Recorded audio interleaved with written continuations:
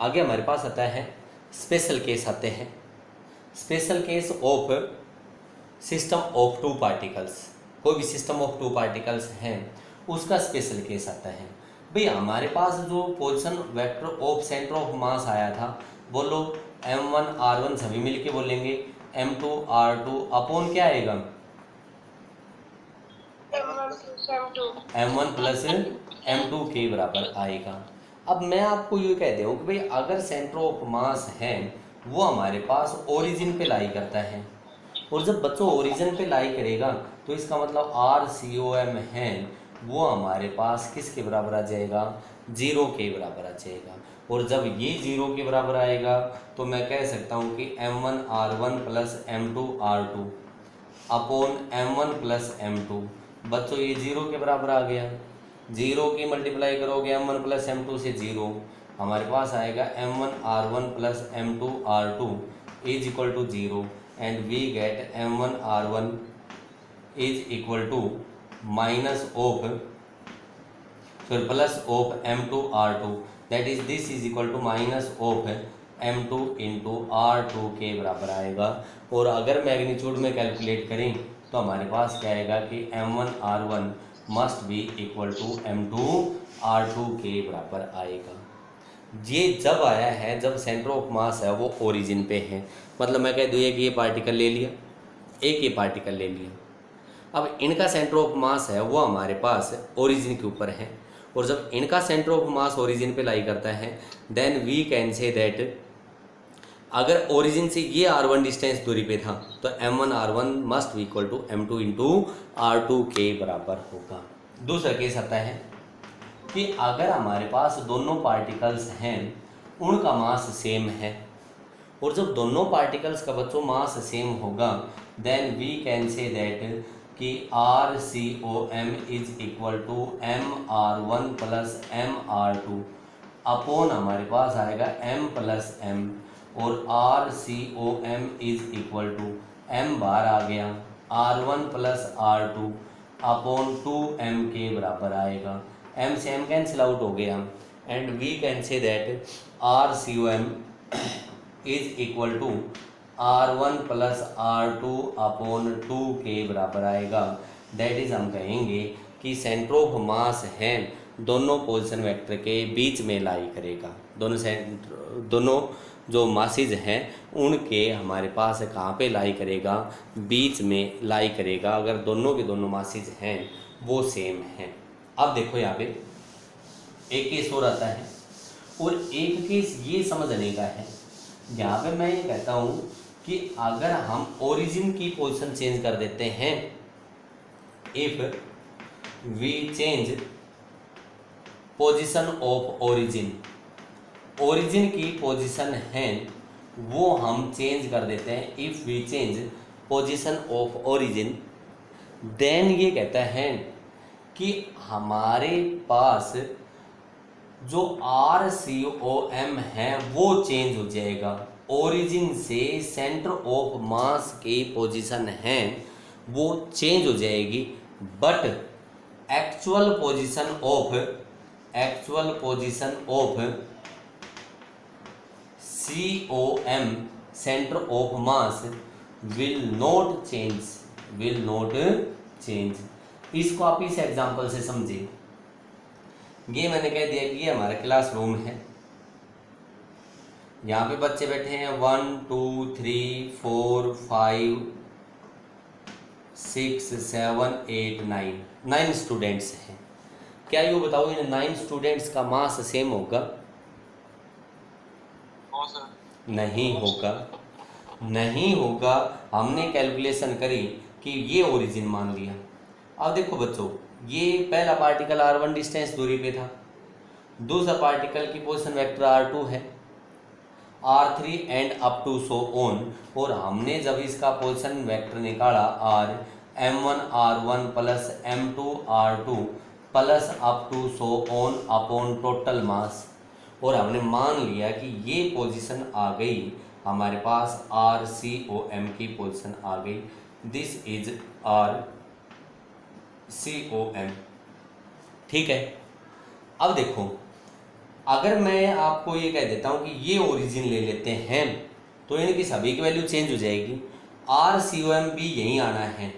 लेकिन आप देख पा रहे होंगे कि ये डिस्टेंस हमारे पास ज़्यादा है, ये डिस्टेंस क्या है आपके पास कम है। देयरफॉर ये कहता है कि अगर हम ओरिजिन को चेंज कर देते हैं then we can say that position of centre of mass RCOM है वो चेंज हो जाएगी।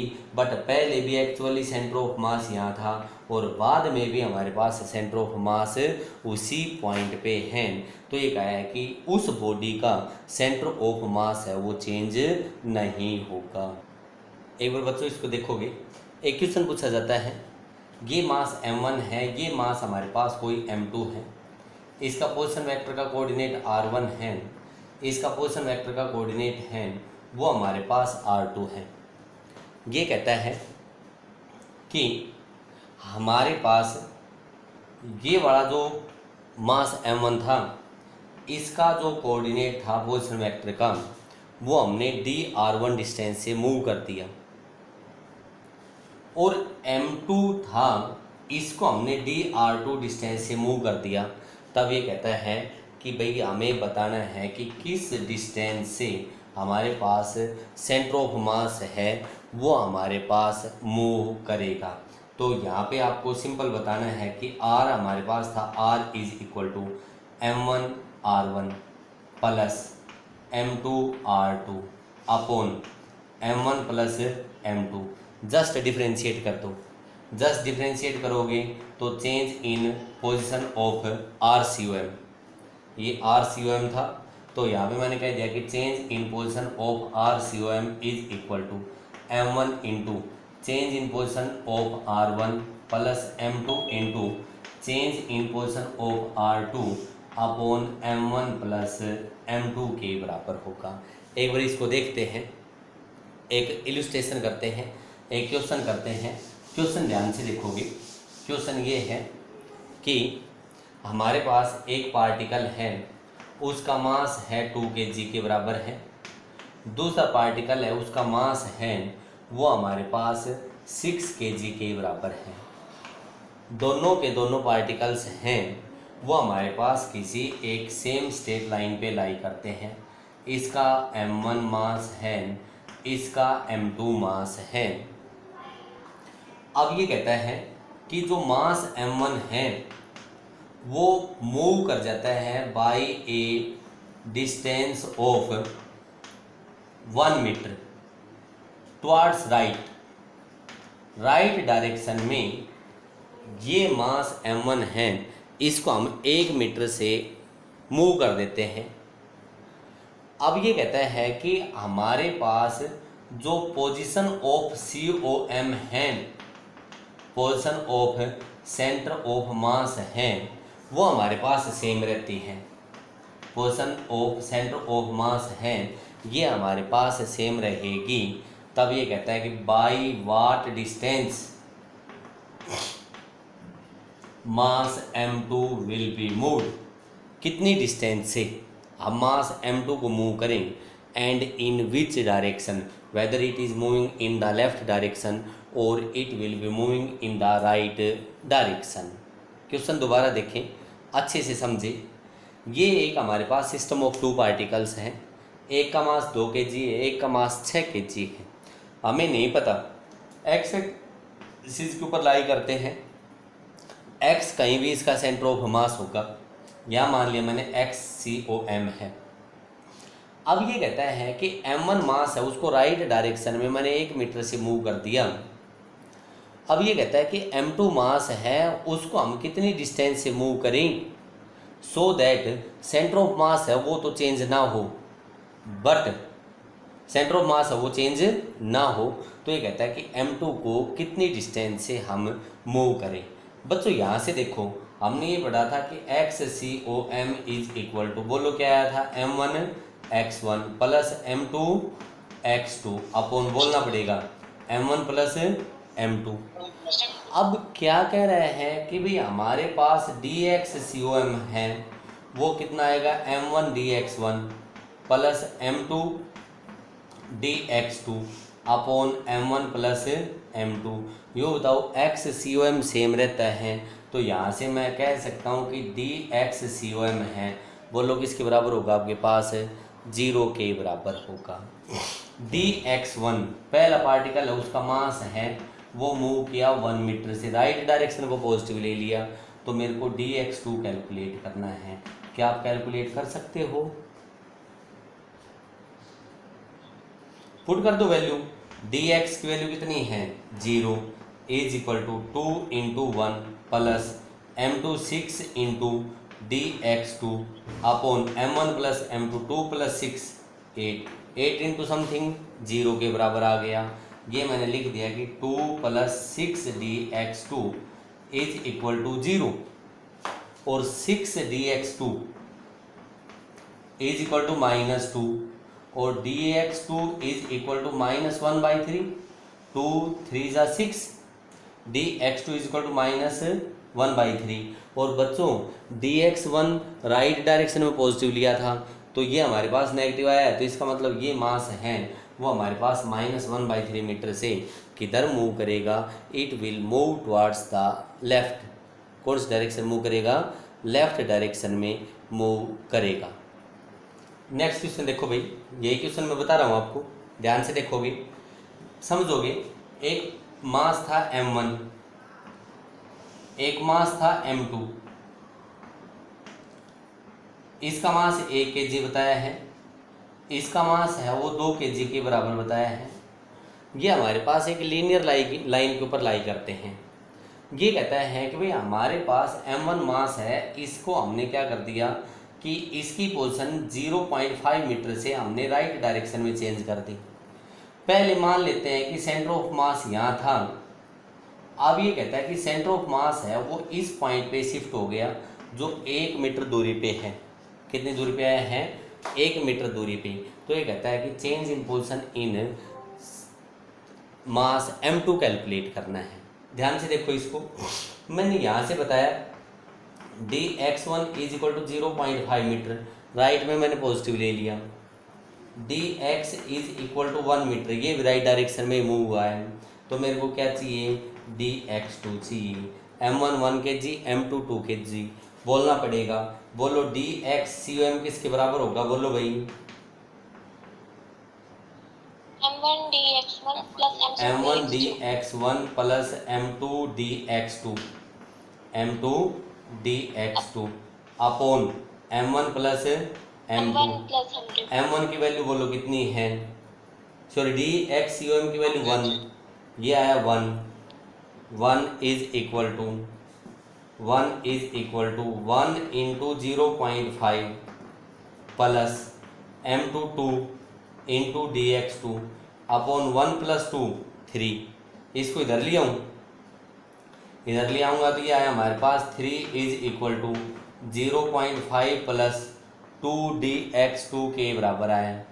0.5 को इधर ले आऊँ, 3 minus 0.5 is equal to 2 dx2, और बच्चों 2 dx2 इज इक्वल टू 2.5 और dx2 की वैल्यू आई वो 2.5 upon 2, that is dx2 is equal to 1.25 metre. Positive आया है, और पॉजिटिव जब यहाँ पे मैंने राइट लिया है, देयरफॉर हम कहेंगे कि this particle will also moves in the right direction. ये पार्टिकल है, ये भी कौन सी डायरेक्शन में मूव कर जाएगा, आपके पास राइट डायरेक्शन में मूव कर जाएगा। This is the position of centre of mass, sorry this is the position of by which the second particle will shift. जब भी हमें COM कैलकुलेट करना है तो जो ओरिजिन है ना वो हम अपनी मर्जी से कंसिडर कर सकते हैं। एक देखो ये वाला क्वेश्चन, मैं यूँ कह दूँ कि ये मेरे पास कोई भी एक इक्विलेटरल ट्रायंगल की फॉर्म में है, 3 मासेज हैं। एक मास मैंने मान लिया कि m1 is equal to 1 kg, m2 is equal to 2 kg और m3 है वो मेरे पास 3 kg के बराबर है। These are placed at the vertices of an equilateral triangle of side 1 metre. Equilateral triangle है उसकी साइड 1 मीटर है, तब ये कहता है कि हमें कैलकुलेट करना है पोजीशन ऑफ सेंटर ऑफ मास। अब बच्चों यहाँ से ध्यान से देखो, मैं इस पॉइंट को अगर ओरिजिन मान ले तो आप देखोगे कि ये ओरिजिन है, ये ओरिजिन पॉइंट है, ओरिजिन है, इसके कोऑर्डिनेट कितने हो गए 0 0। जब इक्विलेटरल ट्राइंगल है, ये 1 मीटर दूरी पे है, तो इसके कोऑर्डिनेट हो गए 1 0। क्या आप ये कोऑर्डिनेट बता सकते हो मेरे को, ए के कोऑर्डिनेट? भाई बिल्कुल सेंटर में होगा, एक्स कोऑर्डिनेट तो 1/2, और वाई कोऑर्डिनेट कितना होगा?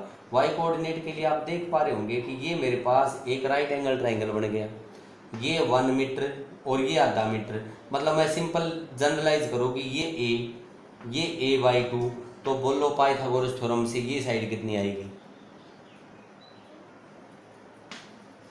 बोलो बोलो।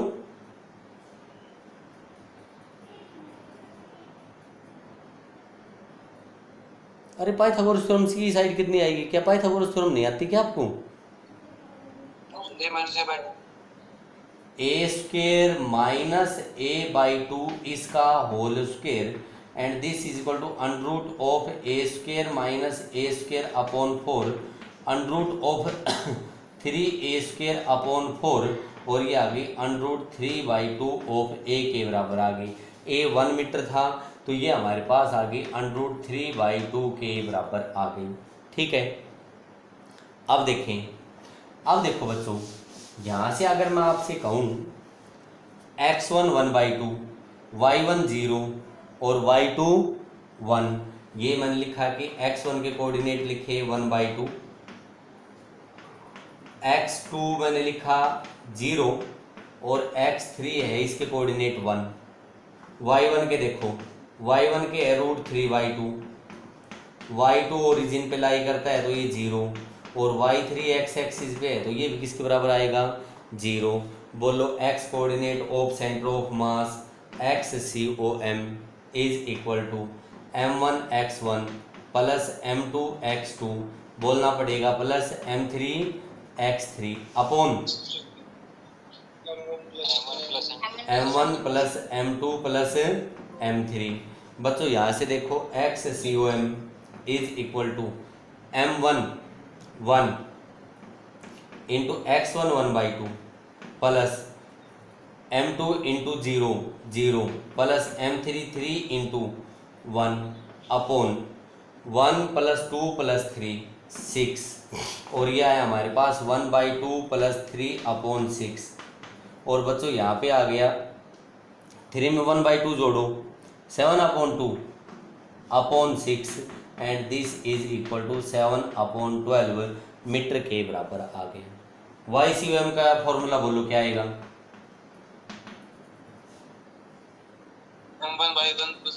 m1y1 plus m2y2 plus m3y3 upon m1 plus m2 plus m3, m1 1 into y1 √3/2 plus m2